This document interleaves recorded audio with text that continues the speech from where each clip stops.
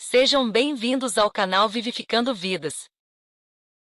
Olha o que diz, segundo livro de Reis, capítulo 6. Eu vou ler do verso 15 ao 17, mas enquanto você abre aí a sua Bíblia para acompanhar a leitura, eu queria dar o pano de fundo. A Bíblia relata que o rei da Síria, que estava em guerra contra Israel, ele armou várias vezes emboscadas contra o rei de Israel e o seu exército.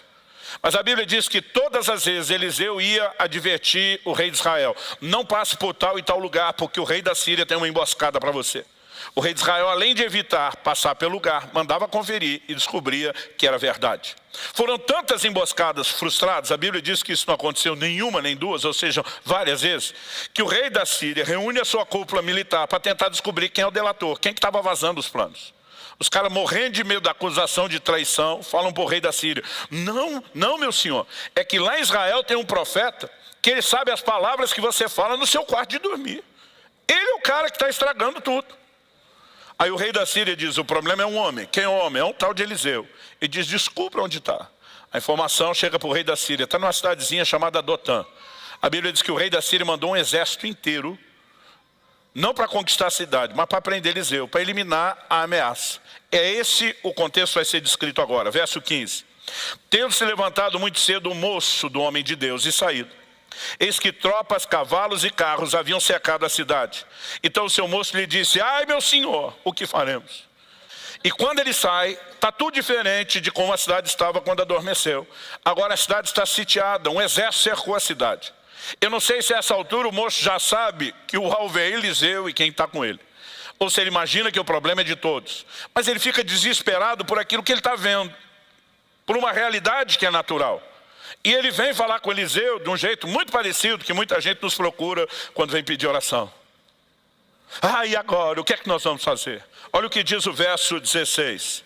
Eliseu falando, ele respondeu: não temas, porque mais são os que estão conosco do que os que estão com eles.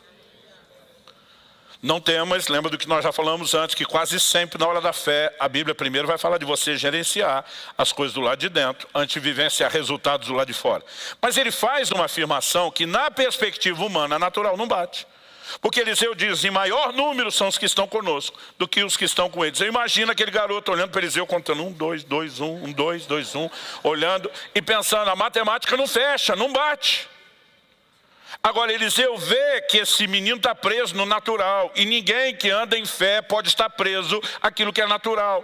A oração de Eliseu, verso 17, orou Eliseu e disse: Senhor, peço-te que lhe abras os olhos para que veja. A Bíblia diz: o Senhor abriu os olhos do moço, e ele viu que o monte estava cheio de cavalos e carros de fogo em redor de Eliseu. Meu amigo, ele vê o exército angelical, e agora ele entende a declaração de Eliseu. Nós estamos em maior número, não por algo que se constate pela visão humana natural, mas pela percepção da realidade do mundo espiritual.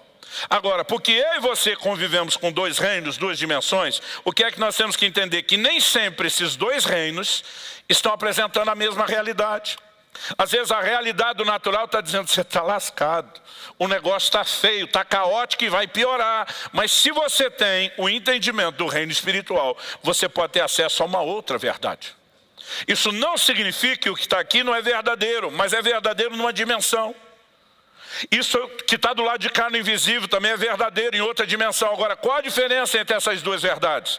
Paulo diz: essas aqui são temporais, são sujeitas à mudança. Essas são eternas, são absolutas, são imutáveis. Ou seja, essa aqui nunca vai mudar do lado de cá, mas essa do lado de cá pode mudar a realidade visível. Então, isso é o que eu e você precisamos começar a entender sobre a fé. Ah, pastor, mas nem todos temos um Eliseu orando por nós para que Deus abra os nossos olhos. É verdade que nem todos temos um Eliseu, mas todos temos o mesmo Deus de Eliseu, que atende o mesmo tipo de oração para abrir o olho de quem não está enxergando.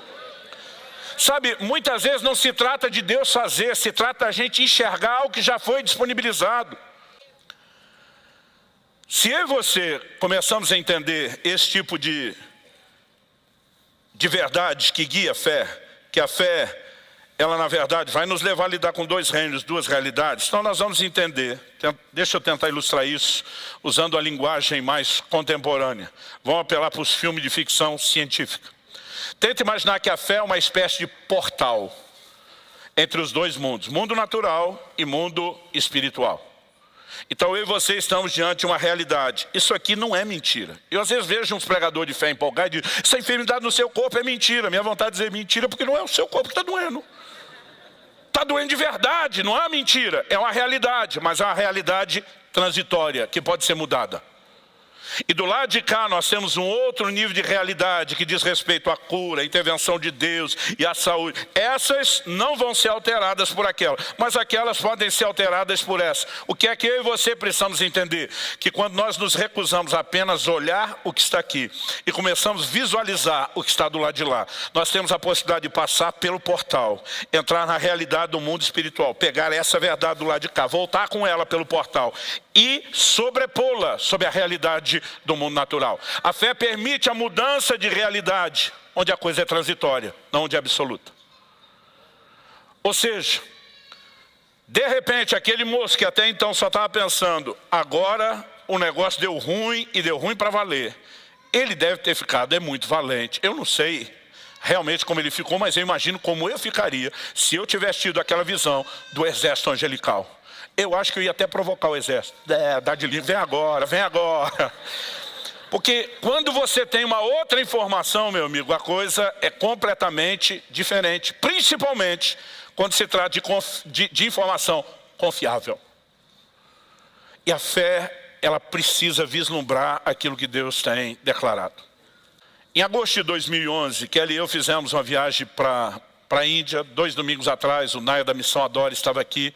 E ele tinha nos convidado, né, para conhecer de perto o trabalho. Nós iríamos ministrar em várias das igrejas que eles tinham plantado e estabelecido.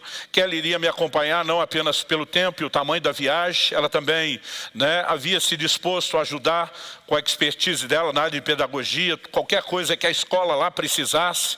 E a gente programou isso com o tempo.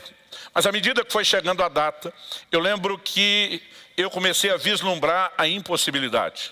A data que selecionamos, eu não tinha pensado nisso antes, em termos de logística e estratégia, né? O mês de agosto pega o meio das férias de verão da Europa, por onde nós passaríamos para ir para lá, né, com os voos. Ou seja, alta temporada, as passagens caras. Estamos falando de 11 anos atrás. Na época, minha passagem, a daquele junto, eram, para não dizer 8.500, era R$ 8.496.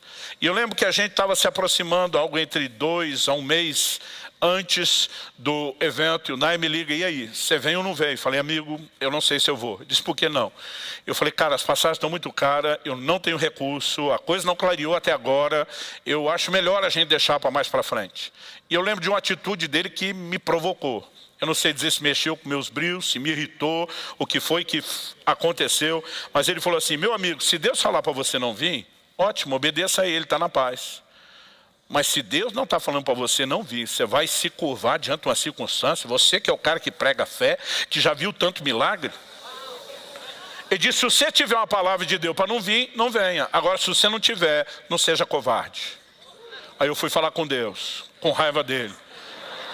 Fala logo que não é para eu ir, para eu esfregar na cara dele. Ou seja, eu não estava esperando o que aconteceu. Não era uma predisposição emocional. Essa altura do campeonato eu já nem queria ir. Nem gostei do jeito que ele falou comigo. Mas o Espírito Santo diz, eu coloquei no seu coração fazer a viagem. Eu abri a porta. Eu não te ofereci nenhum motivo para que você não vá. Eu falei para Deus, eu não tenho dinheiro da passagem. Ele diz, planejamento financeiro você faz quando for as suas viagens de família. Quando eu te mandar ir, você me obedece. Quando ele falou isso, eu surtei, eu enlouqueci. Eu na hora falei, valeu. Passei a mão no telefone, liguei para a agência que tinha feito os orçamentos. Falei, emite as passagens no cartão. Quer que parcela à vista? Manda para o vencimento. Falei para Deus, agora o problema é seu. Eu falei, tem mais, eu não vou te ajudar. Eu falei, eu poderia ir num culto, abrir o projeto com a igreja, pedir ajuda. Eu sei que muitos irmãos nos ajudariam. Eu falei, agora eu não conto é para ninguém. Se eu puder, eu te dificulto e te atrapalho.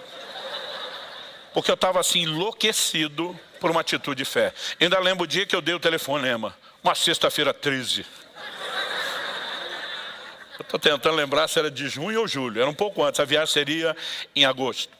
E eu lembro que uma semana depois, sexta-feira do dia 20, eu fui pregar numa outra cidade, num outro estado. No final do culto, um irmão me procura, falou, pastor, eu não sou dessa cidade, apesar de ser do estado. Eu vim algumas horas de distância, porque queria te ouvir pregar, te acompanho pela internet. Ele falou, enquanto eu estava agradecendo a Deus aqui pela sua vida, o seu ministério, tanto o Senhor me abençoou no culto, o Espírito Santo falou comigo que eu tenho que te ajudar numa viagem que o Senhor vai fazer. Ele falou, tem alguma viagem que o Senhor vai fazer que precisa de ajuda? Eu falei, não preciso de ajuda nenhuma. Deus cuida de tudo o que Ele me manda fazer. Ele falou, pastor, ok, vamos mudar a palavra ajuda. O senhor vai fazer alguma viagem que a ajuda que Deus já providenciou ainda não chegou? Falei, tem uma. Ele falou, o senhor pode me passar um número de conta? Eu não vim com recurso, não estava esperando isso. Falei, claro, irmão, anota aí. Passei o número de conta para ele, era sexta-noite. Preguei a sexta e o sábado, vim o sábado à noite, ministrei os cultos de domingo na igreja. Na segunda de manhã, meu hábito, antes do almoço, eu sempre caçava um tempo para organizar as finanças e acessei a conta bancária, estou checando o extrato, a movimentação, e eu levei um susto. Porque havia entrado um crédito, uma transferência de R$ 8.490. Lembra que as passagens eram 8.496. Eu comecei a rir. Kelly, preparando o almoço, falou, o que é que você está rindo? Falei, amor, sabe os 8.496 da viagem? E eu tinha contado a história para ela que eu tinha mandado emitir. Ela falou, sei. Falei, alguém fez uma transferência de 8.490. Nós só vamos pagar R$6. Quando eu falo isso, meus filhos estavam chegando da escola e o Israel, o mais velho, ouviu. Falou, não pai, R$6 deixa comigo. Ele tirou dinheiro do lanche. Falou, eu oferto para o senhor. Eu falei, filho, não faz isso. Oferta só 5 para o papai, deixa o papai pagar 1, para dizer que eu tive alguma participação nessa viagem. E a gente estava brincando com isso, né? Eu já tinha checado o código do depósito, que a agência era daquela cidade, daquela pessoa que eu não conhecia ninguém lá. Então eu imaginei que tinha sido aquela pessoa. A gente estava brincando ainda com o assunto, o telefone toca. Eu atendo, era o irmão que fez o depósito. Falou, pastor, desculpa te ligar, eu só queria saber, o senhor já checou a conta? Eu falei, já. Ele falou, bom, se o senhor já viu que o crédito entrou, só me satisfaça a minha curiosidade. Ele perguntou assim, acertei o valor? O valor das suas passagens? Eu falei, olha, na verdade você errou por pouco. Ele falou, quanto eram as passagens? Eu falei, 8.496, você mandou 8.490. Ele falou, é que Deus me disse que não chegava em 8.500. Então arredondei para 8.490. Falei, a próxima arredonda para 8.499. Aí tu não é, estava só brincando com ele. Ele falou, pastor, o povo da cidade onde o senhor foi vender os livros deve ter te informado que alguém deixou R$10 do troco de oferta. Eu falei, informaram. Ele disse, fui eu, minha margem de erro estava nos 10. Falou, na verdade, não arredondei para 8.499, arredondei para 8.500. Preferi que o senhor ficasse com a sobra do que faltasse alguma coisa. Eu falei para meu filho, toma os 5 de volta. Sabe, quando você tem uma palavra de Deus, então antes de ter a palavra de Deus, eu não queria nem saber de fazer a viagem. Eu não estou querendo te dizer, querido, que toda hora que me dá na telha viajar, eu sou o cara que vai lá viver milagre. Eu orei 19 anos antes de Deus me dar a minha primeira ida a Israel. Eu dizia para Deus, me dê a viagem. Não me dê o dinheiro, me dê a viagem. Se o senhor der o dinheiro, vai para missões. Então dê a viagem. Mas não tinha pressa, não tinha um propósito, não tinha uma palavra. Dizia assim, em algum momento na vida eu quero. E levou 19 anos para essa oração ser respondida. Mas quando Deus me disse, você vai nessa viagem que eu estou mandando, a conversa muda. Aí a fé, ela se apoia no quê? Numa palavra de Deus, no caráter confiável de Deus, se o que Ele falou está falado e é verdade, ponto final. Aí você para de enxergar apenas o que o mundo natural está dizendo. Você entra por esse portal, diz, então eu pego essa realidade do que o Senhor está falando e eu saio com esse recurso daqui para o lado de cá e eu vou mudar essa circunstância, transpondo, fazendo com que aquela realidade que venha de lá, ela se sobressaia, prevaleça sobre a verdade que está do lado de cá. Quem está entendendo? Gostou desse vídeo? Se inscreva, deixe seu like e compartilhem, para que essa palavra possa edificar mais vidas. Deus abençoe.